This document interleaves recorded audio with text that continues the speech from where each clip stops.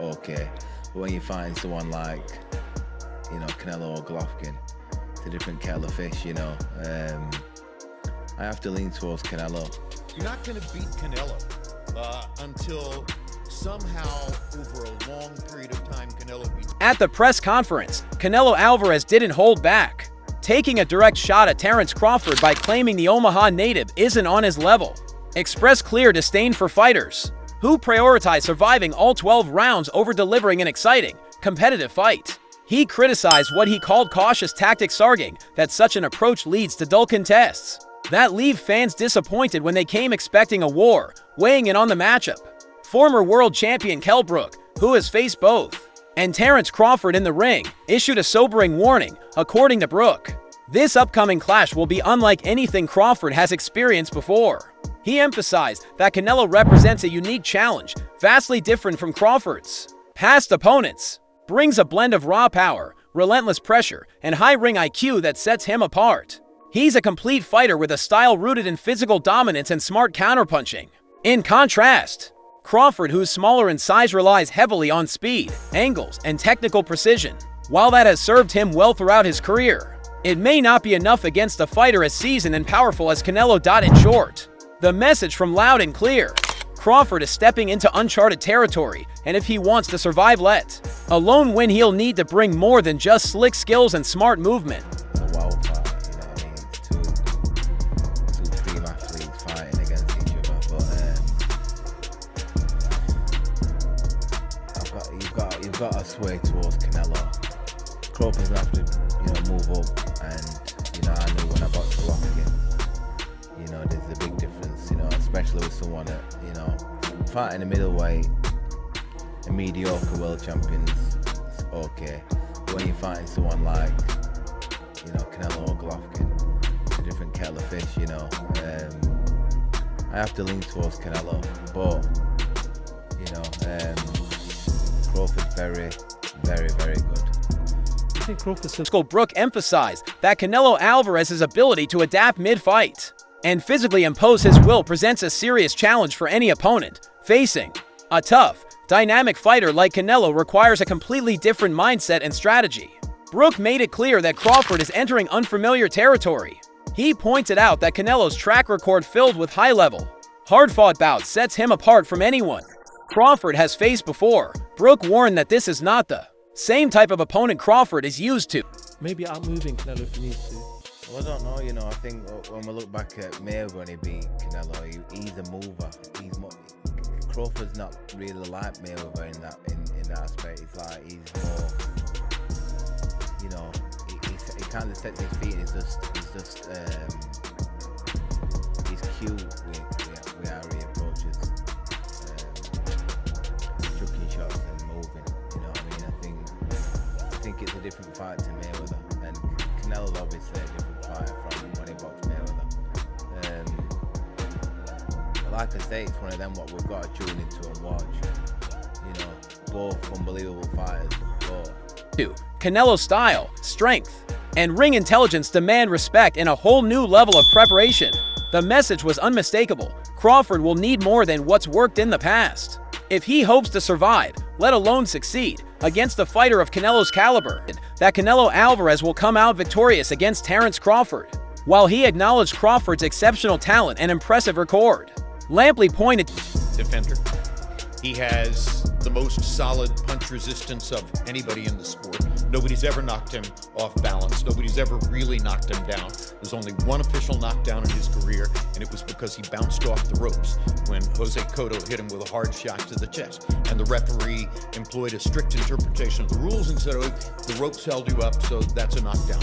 He's never been put on his back by any. Canelo's blend of experience, size, and mental toughness as key factors that give him the upper hand in this high-stakes bout. According to Lampley, Canelo's track record of competing and winning against elite fighters across multiple weight divisions has sharpened his ring IQ to an elite level. His ability to control the pace and dictate the geography of a fight allows him to dominate the.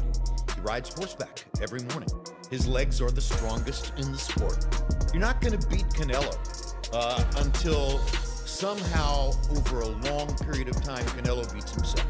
If he gets tired of all the discipline he has had to employ to make all the money he's made, if he has enough giant ranches in the Yucatan, if he has enough beautiful horses, if he has had enough unforgettable dinners with Mexican billionaires in Mexico City and Vegas, then maybe.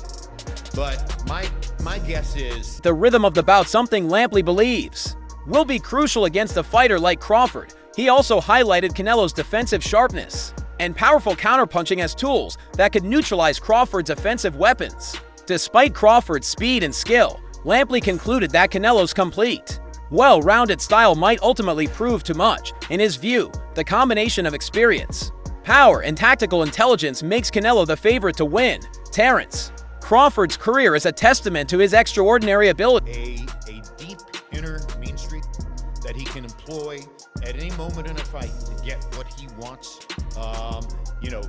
Before the fight against, help me out here, Madrimov was his last fight. Spence?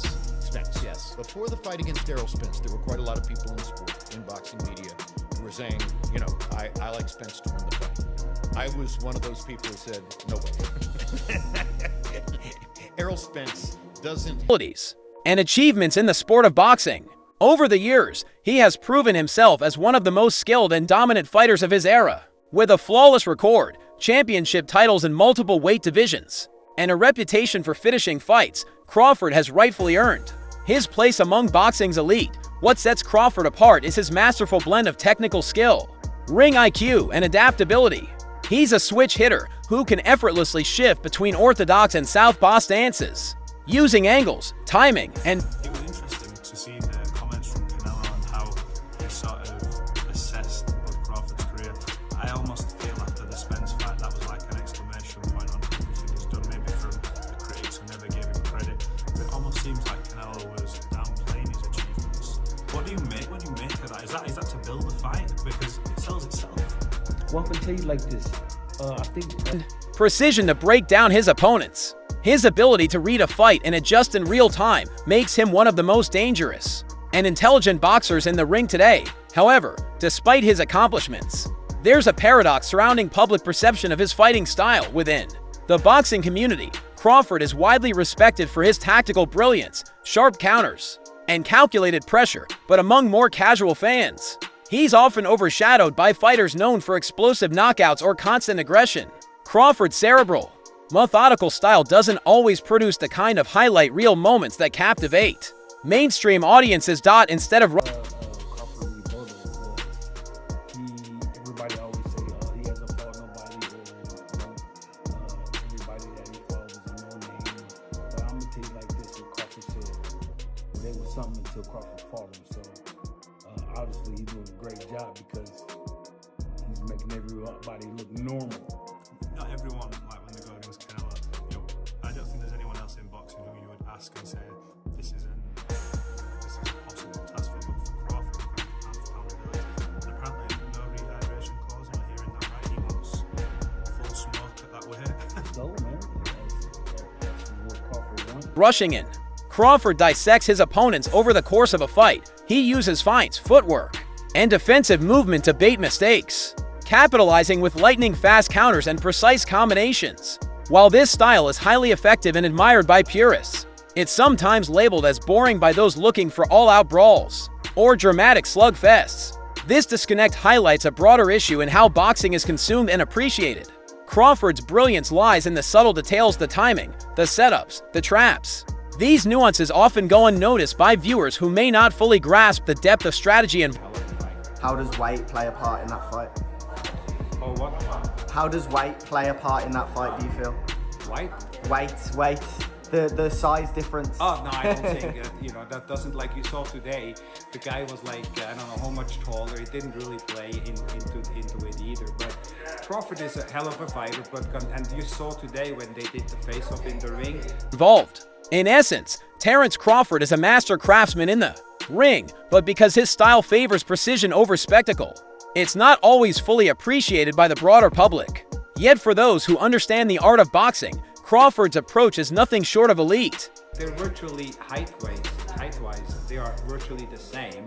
Crawford might even be a little bit taller, but when you look at Canelo, the way he's built, I mean, his legs, his shoulders, his neck, that is why he's never been hurt. And he's never been hurt fighting fighters at a substantially higher weight, substantially bigger than him, and they still couldn't hurt him. Yeah. And then you look at Crawford, who is a smaller guy, is moving up 2 weight classes, tried at one. At the press conference, Canelo Alvarez didn't hold back, taking a direct shot at Terence Crawford by claiming the Omaha native isn't on his level.